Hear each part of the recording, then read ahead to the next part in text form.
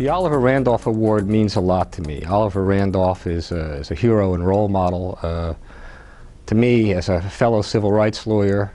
Knowing that Oliver Randolph was the first black attorney here in the state and was so involved in fighting for civil rights, fighting against segregation in our public schools, the battle he took to the Constitutional Convention, I think is inspiring.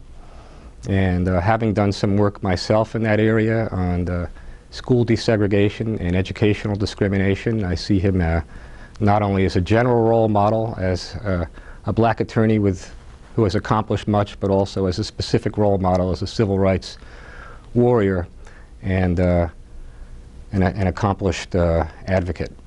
Community economic development, sustaining our future, means a lot to me. And I've come around to appreciate the importance of community economic development from work in traditional civil rights settings and in traditional poverty law settings. I've come to believe that our communities, and indeed human dignity, requires that we have meaningful safety nets below which a humane society should not allow people to fall.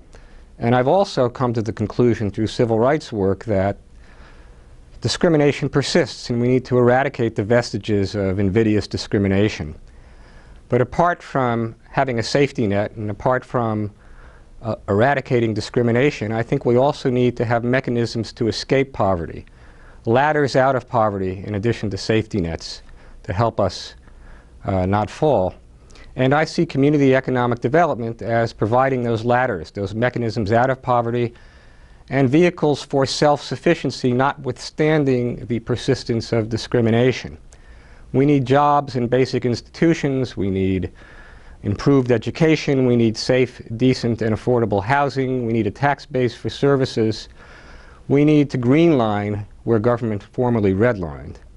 And I look at the work of my colleague, former Oliver Randolph Award winner Bob Holmes, as providing exemplar of that type of work through the creation of many capacity building institutions and nonprofits and emerging entrepreneurs and artisans in underserved communities.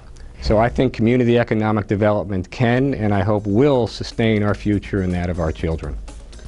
I'd like to thank the Garden State Bar Association for this tremendous honor. It is an extraordinary honor and quite humbling to be associated with Oliver Randolph in any fashion. I'd also like to thank my fellow awardees who are quite accomplished, and it's an honor to be associated with them as well.